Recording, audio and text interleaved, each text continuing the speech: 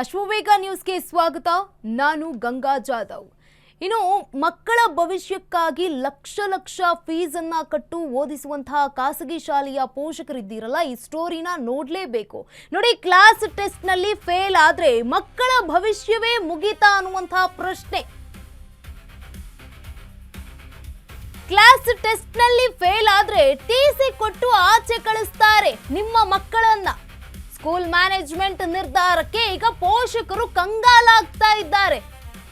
ಬೆಂಗಳೂರಿನ ಸ್ಕೂಲ್ಗಳಲ್ಲಿ ಜಾರಿಗೆ ಬಂತ ಈ ಹೊಸ ರೂಲ್ಸು ಸರ್ಕಾರಕ್ಕೆ ಗೊತ್ತಾಯ್ತೋ ಗೊತ್ತಿಲ್ವೋ ಗೊತ್ತಿಲ್ಲ. ಏನಿದು ದೊಡ್ಡ ಸ್ಕೂಲ್ಗಳಲ್ಲಿ ನಡೀತಾ ಇರುವಂತಹ ಅಂಧ ದರ್ಬಾರ್. ನಾಳೆ ನಿಮ್ಮ ಮನೆಯ ಮಗುವಿಗೂ ಕೂಡ ಇದೇ ದೋಖ ಆಗಬಹುದು.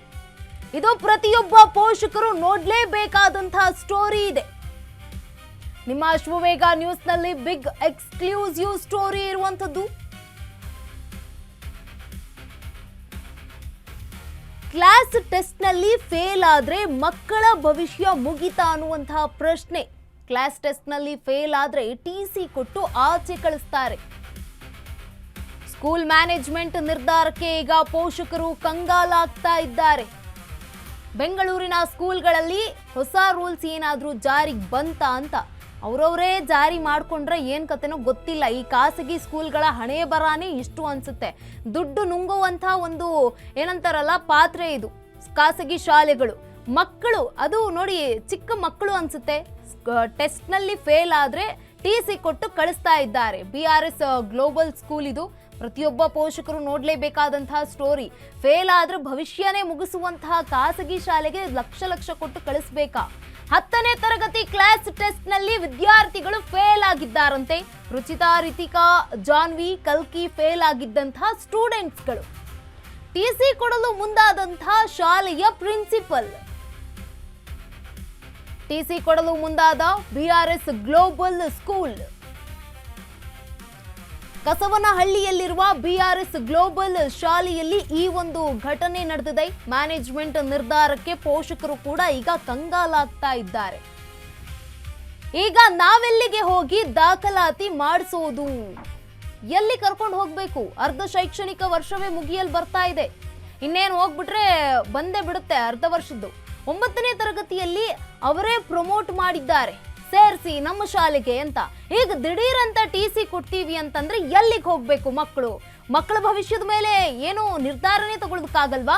ಈಗ ನಾವೆಲ್ಲಿಗೆ ಹೋಗೋದು ಅಂತ ಪೋಷಕರು ಆಕ್ರೋಶವನ್ನ ವ್ಯಕ್ತಪಡಿಸ್ತಾ ಇದ್ದಾರೆ. 3-4 ಬಾರಿ ಟೆಸ್ಟ್ ಕೊಟ್ಟಿದ್ವಿ, ಎಲ್ಲಾ ಟೆಸ್ಟ್ಗಳಲ್ಲೂ ಕೂಡ ವಿದ್ಯಾರ್ಥಿಗಳು ಫೇಲ್ ಆಗಿದ್ದಾರಂತೆ. ಫೇಲ್ ಆಗಿರುವಂತಹ ಕಾರಣಕ್ಕೆ ಈಗ ಟಿಸಿ ಕೊಡ್ತಾ ಇರುವಂಥದ್ದು.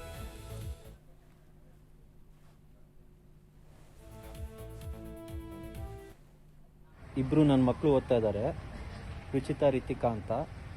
ಅವರು ಸ್ಕೂಲಿಂದ ಭಾರಿ ಹರಾಸ್ಮೆಂಟ್ ಮಾಡ್ತಾ ಇದ್ದಾರೆ. ಟಿಸಿ ಕೊಡ್ತೀನಿ ಅಂತಿದ್ದಾರೆ. ಯಾಕೆ ಅಂತಂದರೆ 10th ಟೆಸ್ಟಲ್ಲಿ ಫೇಲ್ ಆಗಿದ್ದಾರಂತವರು.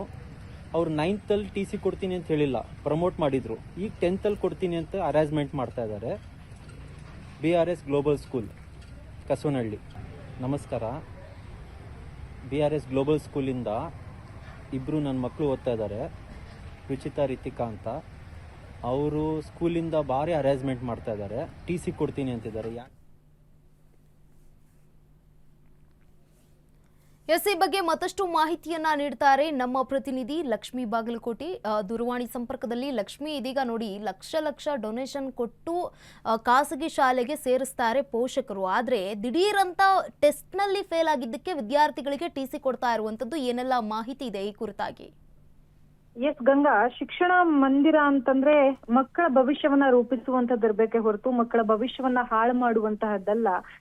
ಇತ್ತೀಚಿನ ದಿನಮಾನಗಳಲ್ಲಿ ಆರಂಭವಾಗಿರುವಂತಹ ಖಾಸಗಿ ಶಾಲೆಗಳೇನಿದಾವೆ, ಇದರಿಂದ ಮಕ್ಕಳ ಒಂದು ಎಜುಕೇಶನ್ ಮೇಲೆ ತುಂಬಾ ಎಫೆಕ್ಟ್ ಬೀಳ್ತಾ ಇರುವಂತದ್ದು ಎಲ್ಲವೂ ಅಂತ ಹೇಳಕ್ಕಾಗಲ್ಲ. ಕೆಲವೊಂದು ಖಾಸಗಿ ಶಿಕ್ಷಣ ಸಂಸ್ಥೆಗಳು ಈಗ ಮಕ್ಕಳನ್ನ ಅಡ್ಮಿಷನ್ ಮಾಡ್ಕೊಳ್ಬೇಕು ಅಂತಂದ್ರೆ ಅವರ ಮೆಂಟಲ್ ಅಬಿಲಿಟಿ ಜೊತೆಗೆ ಅವರಿಗೆ ಎಷ್ಟರ ಮಟ್ಟಿಗೆ ಆಸಕ್ತಿ ಇದೆ ಮತ್ತೆ ಎಷ್ಟು ನಾಲೆಜ್ ಇದೆ ಅನ್ನುವಂಥದ್ದನ್ನ ಅಂದ್ರೆ ಮುಂಚಿತವಾಗಿ ಮಕ್ಕಳನ್ನ ಪರೀಕ್ಷೆನ ಮಾಡಿ ಸ್ಕೂಲ್ಗೆ ತೆಗೆದುಕೊಳ್ಳುವಂತಹ ಕೆಲಸಗಳು ಈಗ ಎಲ್ಲೆಡೆ ನಡೀತಾ ಇರುವಂತದ್ದು. ಆದ್ರೆ ಈಗ ಆಗ್ಬೇಕಾಗಿರುವಂತದ್ದು ಮಕ್ಕಳಿಗೆ ಬೇಕಾಗಿರುವಂತಹ ಎಜುಕೇಶನ್ ಅನ್ನ ಕೊಟ್ಟು ಅವರ ಶಿಕ್ಷಣವನ್ನ ಮತ್ತಷ್ಟು ವೃದ್ಧಿ ಮಾಡುವಂತದ್ದು ಶಿಕ್ಷಣ ಸಂಸ್ಥೆಗಳಲ್ಲಿ ಆಗ್ಬೇಕಾಗಿರುವಂತದ್ದು. ಅದರ ಬದಲಾಗಿ ಆಗ್ತಾ ಇರುವಂತಹದ್ದು ಬೇರೆ. ಇದೇ ಬೆನ್ನಲ್ಲಿ ಈಗ ಬೆಂಗಳೂರಿನ ಅದರಲ್ಲೂ ಕಸವನಹಳ್ಳಿಯಲ್ಲಿರುವಂತಹ BRS ಗ್ಲೋಬಲ್ ಶಾಲೆಯಲ್ಲಿ ಒಂದು ಘಟನೆ ನಡೆದಿರುವಂತಹದ್ದು. 10ನೇ ತರಗತಿ ಓದ್ತಾ ಇದ್ದಂತಹ ವಿದ್ಯಾರ್ಥಿಗಳು, ಅದರಲ್ಲೂ 4 ಜನ ವಿದ್ಯಾರ್ಥಿಗಳು ಒಂದು ಟೆಸ್ಟ್ ನಲ್ಲಿ ಫೇಲ್ ಆಗಿದ್ದಾರೆ ಅಂತ ಹೇಳಿ, ಅವರು 10ನೇ ತರಗತಿಯಲ್ಲಿ ಇದ್ದಾರೆ, ಟೆಸ್ಟ್ ಏನ್ ನಡೆಸ್ತಾ ಇದ್ದಾರೆ, ಆ ಟೆಸ್ಟ್ ಅಲ್ಲಿ ಫೇಲ್ ಆಗಿದ್ದಾರೆ ಅಂತ ಹೇಳಿ ಅವರಿಗೆ TC ಕೊಟ್ಟು ಕಳಿಸುವಂತ ಕೆಲಸವನ್ನ ಮಾಡುವುದಕ್ಕೆ ಶಿಕ್ಷಣ ಮಂಡಳಿ ಮುಂದಾಗಿರುವಂತಹದ್ದು. ಇದು ನಿಜಕ್ಕೂ ಬೇಸರದ ವಿಚಾರ. ಇನ್ನೇನು SSLC ತುಂಬಾ ಮುಖ್ಯವಾದಂತಹ ಘಟ್ಟ, ಮಕ್ಕಳ ಭವಿಷ್ಯದಲ್ಲಿ ಅದರಲ್ಲೂ ಅರ್ಧ ವಾರ್ಷಿಕ ಈಗ ಆಲ್ರೆಡಿ ಕಳೆದು ಹೋಗಿದೆ, ಅರ್ಧ ಶೈಕ್ಷಣಿಕ ವರ್ಷವೂ ಸಹ ಮುಗ್ದೋಗಿದೆ. ಇಂಥ ಸಂದರ್ಭದಲ್ಲಿ ಈ ಒಂದು ನಿರ್ಧಾರ ತೆಗೆದುಕೊಳ್ಳುವುದು ನಿಜಕ್ಕೂ ಬೇಸರದ ವಿಚಾರ. ಜೊತೆಗೆ ಮಕ್ಕಳ ಭವಿಷ್ಯದ ಮೇಲೂ ಇದೊಂದು ರೀತಿಯಲ್ಲಿ ಹೊಡೆತವನ್ನ ಬೀಳುವಂತಹದ್ದು. ಆದ್ರೆ 9ನೇ ತರಗತಿಯಲ್ಲಿ ಅವರೇ ಪ್ರಮೋಟ್ ಮಾಡಿ ಮತ್ತೆ 10ನೇ ತರಗತಿಗೆ ಮಕ್ಕಳನ್ನ ಸೇರ್ತಿದ್ದಾರೆ. ಈಗ 10ನೇ ತರಗತಿ ಓದುವಂತಹ ವಿದ್ಯಾರ್ಥಿಗೆ ನೀವು ಫೇಲ್ ಆಗಿದ್ರೆ ಆ ಟೆಸ್ಟ್ ಅಲ್ಲಿ ಅನ್ನುವಂತಹ ಕಾರಣಕ್ಕೆ ಮಕ್ಕಳನ್ನ ನಿಮ್ TC ಕೊಡ್ತೀವಿ, ನೀವು ಹೋಗಿ ಅಂತ ಹೇಳೋದಕ್ಕೆ ಮುಂದಾಗ್ತಾ ಇದ್ದಾರೆ. ಈ ವಿಚಾರದಿಂದಾಗಿ ಏನು ಈಗ ರುಚಿತಾ, ರೀತಿಕಾ, ಜೊತೆಗೆ ಜಾನ್ವಿ ಹಾಗೆ ಕಲ್ಕಿ ಅನ್ನೋರೆ 4 ಜನ ಇದ್ದಾರೆ. ಈ ಮಕ್ಕಳ ಪೋಷಕರು ತಮ್ಮ ಆಕ್ರೋಶವನ್ನ ಹೊರ ಹಾಕ್ತಾ ಇದ್ದಾರೆ. ಅದರಲ್ಲೂ ಪ್ರೀತಮ್ ಎನ್ನುವಾತವರು ವಿಡಿಯೋ ಸಹ ಮಾಡಿ ಎಲ್ರಿಗೂ ಹೇಳ್ತಾ ಇರುವಂತದ್ದು, ಈ ರೀತಿಯಾದಂತಹ ಶಾಲೆಗಳು ಯಾತಕ್ಕಾಗಿ ಬೇಕು ಅನ್ನುವಂಥದ್ದು. ಯಾಕೆಂತಂದ್ರೆ ಇನ್ನೇನು SSLC ಎಕ್ಸಾಮ್ಸ್ ಹತ್ರ ಇದಾವೆ, ಇನ್ನೊಂದು ಅರ್ಧ ವಾರ್ಷಿಕ ಕಳೆದು ಹೋಗಿದೆ, ಇನ್ನೊಂದು 6 ತಿಂಗಳು ಇದೆ. ಈ ಸಂದರ್ಭದಲ್ಲಿ ಇಂತಹ ನಿರ್ಧಾರ ನಿಜಕ್ಕೂ ಇದು ಸರಿಯಲ್ಲ ಅನ್ನುವಂತಹದ್ದು. ಮಕ್ಕಳಿಗೆ ಎಕ್ಸಾಮ್ಸ್ಗೆ ಏನ್ ಬೇಕು ಅದನ್ನ ಪ್ರಿಪರೇಷನ್ ಮಾಡಿಸಿ ಅವರಿಗೆ ಎಕ್ಸಾಮ್ಸ್ಗೆ ಕಳಿಸುವಂತ ಕೆಲಸ ಆಗ್ಬೇಕು. ಆದ್ರೆ ಈ ಎಲ್ಲವನ್ನ ನಾವು ಗಮನಿಸ್ತಾ ಹೋದಾಗ ಯಾಕೆ ಈ ಒಂದು ಆಡಳಿತ ಮಂಡಳಿ, ಶಿಕ್ಷಣದ ಆಡಳಿತ ಮಂಡಳಿ ಈ ರೀತಿಯಾಗಿ ಕ್ರಮವನ್ನ ಕೈಗೊಳ್ತಾ ಇದ್ದಾರೆ ಅಂತ ನೋಡ್ತಾ ಹೋದಾಗ, ಮೇ ಬಿ ಮುಂದೆ ಮಕ್ಕಳು ಟೆಸ್ಟ್ ಅಲ್ಲಿ ಫೇಲ್ ಆಗಿರುವಂತಹದ್ದು, ಅಕಸ್ಮಾತ್ ಈಗ ನೆಕ್ಸ್ಟ್ ಬರುವಂತಹ ಬೋರ್ಡ್ ಎಕ್ಸಾಮ್ ಅಲ್ಲಿ ಏನಾದ್ರೂ ಮಾರ್ಕ್ಸ್ ಕಮ್ಮಿ ತೆಗೆದುಕೊಂಡ್ರೆ ಅವರ ಶಾಲೆಗೆ ಏನಾದ್ರೂ ಎಫೆಕ್ಟ್ ಬೀಳುತ್ತಾ, ಹೆಸರು ಹಾಳಾಗುತ್ತಾ ಅನ್ನುವಂತಹ ಯೋಚನೆ ಏನಾದ್ರೂ ಇದೆಯಾ ಅನ್ನುವಂತ ಪ್ರಶ್ನೆ ಖಂಡಿತವಾಗಿಯೂ ಮೂಡ್ತಾ ಇರುವಂತಹದ್ದು. ಸೊ ಇದರ ಬೆನ್ನಲ್ಲೇ ಪೋಷಕರ ಆಕ್ರೋಶವೂ ಸಹ ವ್ಯಕ್ತವಾಗ್ತಾ ಇದೆ. ಮಕ್ಕಳ ಭವಿಷ್ಯಕ್ಕೆ ಈಗ ಬರಬೇಡಿ ಅಂತಂದ್ರೆ ಅರ್ಧ ಸೆಮ್ ಮುಗಿದ್ಮೇಲೆ ಈಗ ಮಕ್ಕಳು ಎಲ್ಲಿ ಹೋಗ್ಬೇಕು, ಯಾವ ಸ್ಕೂಲಲ್ಲಿ ಸೇರಿಸ್ಕೊಳ್ತಾರೆ ಅನ್ನುವಂತಹ ಗೊಂದಲಗಳು ಸಹ ಸದ್ಯಕ್ಕೆ ಕ್ರಿಯೇಟ್ ಆಗಿರುವಂತಹದ್ದು. ಸೊ ಇದೆಲ್ಲದರ ಬೆಳವಣಿಗೆ ಮಧ್ಯದಲ್ಲಿ ಏನು ಅಲ್ಲಿರುವಂತಹ RBS ಗ್ಲೋಬಲ್ ಸ್ಕೂಲ್ ನ ಆಡಳಿತ ಮಂಡಳಿ ಯಾವ ರೀತಿಯಾಗಿ ಕ್ರಮವನ್ನ ಕೈಗೊಳ್ಳುತ್ತೆ, ಜೊತೆಗೆ ಮಕ್ಕಳ ಭವಿಷ್ಯಕ್ಕೆ ಯಾವ ರೀತಿ ಅವ್ರ ಶಾಲೆಯಿಂದ ಪ್ರಿಫರೆನ್ಸ್ ಅನ್ನ ಕೊಡ್ತಾ ಇದ್ದಾರೆ, ಜೊತೆಗೆ ಈಗ ಏನು 4 ಜನ ಮಕ್ಕಳಿಗೆ TC ಅನ್ನ ಕೊಡೋದಕ್ಕೆ ಮುಂದಾಗಿದ್ದಾರೆ, ಆ ಮಕ್ಕಳಿಗೆ ಮತ್ತೆ ತಮ್ಮ ಸ್ಕೂಲಿಗೆ ಸೇರಿಸ್ಕೊಳ್ಳೋದಕ್ಕೆ ಏನಾದ್ರು ಸಾಧ್ಯತೆ ಇದೆ, ಈ ಎಲ್ಲದ ಬೆಳವಣಿಗೆ ಕಾದ್ ನೋಡ್ಬೇಕಾಗಿರುವಂತಹದ್ದು. ಗಂಗಾ, ಎಸ್, ಧನ್ಯವಾದ ಲಕ್ಷ್ಮಿ ತಮ್ಮೆಲ್ಲ ಮಾಹಿತಿಗಾಗಿ. ಬೆಂಗಳೂರಿನ ಸ್ಕೂಲ್ಗಳಲ್ಲಿ ಈಗ ಜಾರಿಗೆ ಬಂತ ಹೊಸ ರೂಲ್ಸ್ ಅನ್ನುವಂತಹ ಪ್ರಶ್ನೆ ಏನಿದು? ದೊಡ್ಡ ದೊಡ್ಡ ಸ್ಕೂಲ್ಗಳಲ್ಲಿ ನಡೀತಾ ಇರುವಂತಹ ಅಂಧ ದರ್ಬಾರ್ ನೋಡಿ. ಲಕ್ಷ್ಮಿ ಅವರು ಕೂಡ ಹೇಳ್ತಾ ಇದ್ರು, ಈಗ ಆಲ್ರೆಡಿ ಒಂದಷ್ಟು ಪ್ರತಿಷ್ಠೆ ಕಡಿಮೆ ಆಗುತ್ತೆ ವಿದ್ಯಾರ್ಥಿಗಳು ಫೇಲ್ ಆಗೋದ್ರಿಂದ, ಆ ಕಾರಣಕ್ಕೆ TC ಕೊಡೋದಕ್ಕೆ ಮುಂದಾದ್ರು ಅಥವಾ ಯಾವ ಕಾರಣಕ್ಕೋ ಗೊತ್ತಿಲ್ಲ.